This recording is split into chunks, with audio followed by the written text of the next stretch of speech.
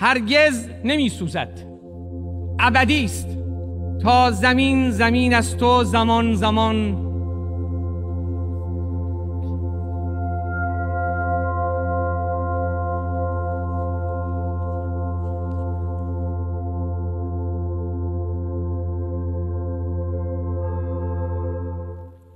En nombre de la Asamblea General, tengo el honor de dar la bienvenida al excelentísimo señor Seyed Ibrahim Raisi, presidente de la República Islámica de Irán, y lo invito a dirigirse a esta Asamblea General.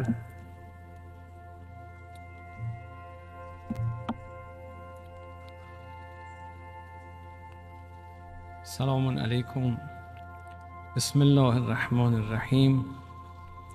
الحمد لله رب العالمین و صلی الله علی سیدنا و نبینا محمد و آله الطاهرین و صحبه المنتجبین.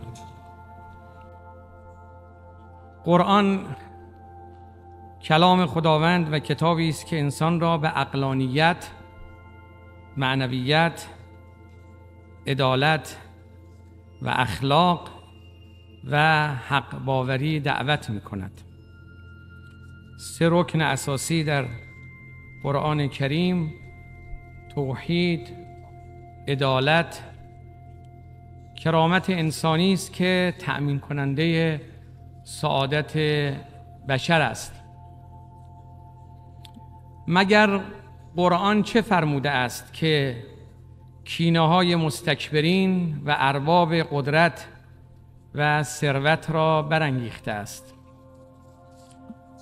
قرآن می‌فرماید ای بشر، ستم و تفرقه را نپذیر.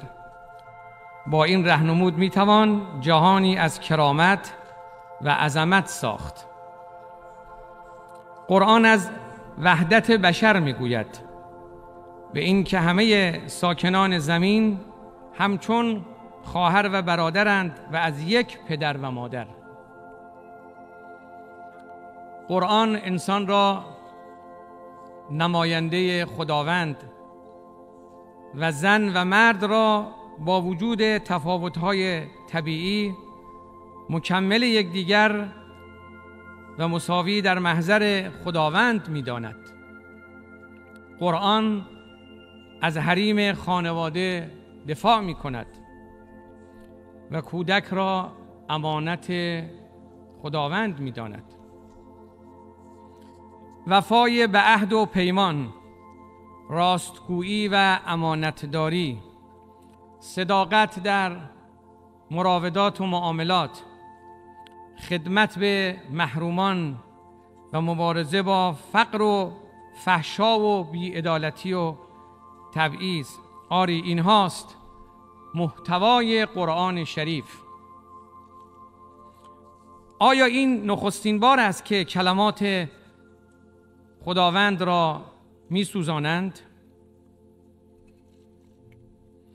و گمان می کنند صدای ملکوت را برای همیشه قطع کردند؟ آیا نمرود و فرعون و قارون بر ابراهیم و موسی و عیسی پیروز شدند؟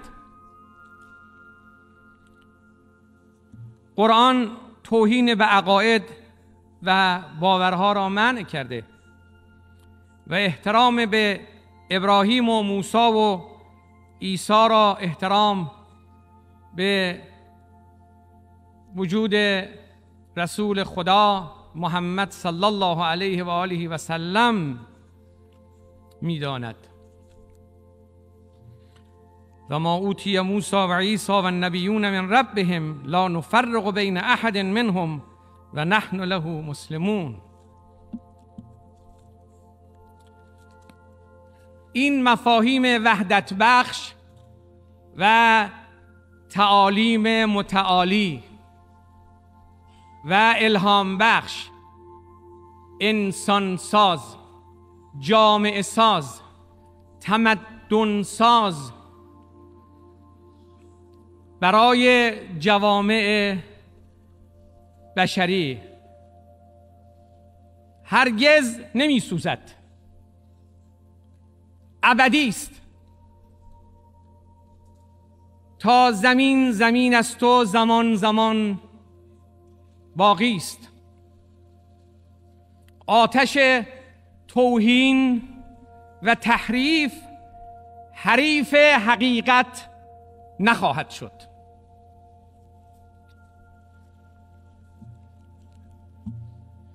آقای رئیس، اسلام ستیزی و آپارتاید فرهنگی در صورتهای مختلف خود از جمله سوزاندن کتاب مقدس قرآن تا منع حجاب در مدارس و دهها تبعیض شرم‌آور دیگر شایسته پیشرفت‌های انسان معاصر نیست. پشت پرده این نفرت پراکنی‌ها طراحی بزرگتری وجود دارد و تقلیل آن به مقوله آزادی بیان گمراه کننده است. به قول یکی از غربی‌ها، غرب که اینک با بحران هویتی و کارکردی مواجه شده است، جهان را جنگل و خود را باغی زیبا می‌بیند. برخی جریان‌های شوم ولی قدرتمند راه حل را در بحران سازی و دشمن تراشی می‌بینند. این آپارتاید فرهنگی جامعه مسلمانان و به خصوص مهاجران را هدف قرار گرفته است. مهاجرانی که خود قربانیان سیاست‌های استعمار هستند. ما نیز همچون همه مؤمنان و آزادیخواهان بر این باوریم که احترام به ادیان الهی جزو دستورکارهای بین المللی قرار گیرد و سازمان ملل نیز با طراحی سازوکاری احترام به ادیان الهی را تضمین نماید. در کنار جنگ علیه اسلام شاهد جنگ علیه خانواده نیز هستیم.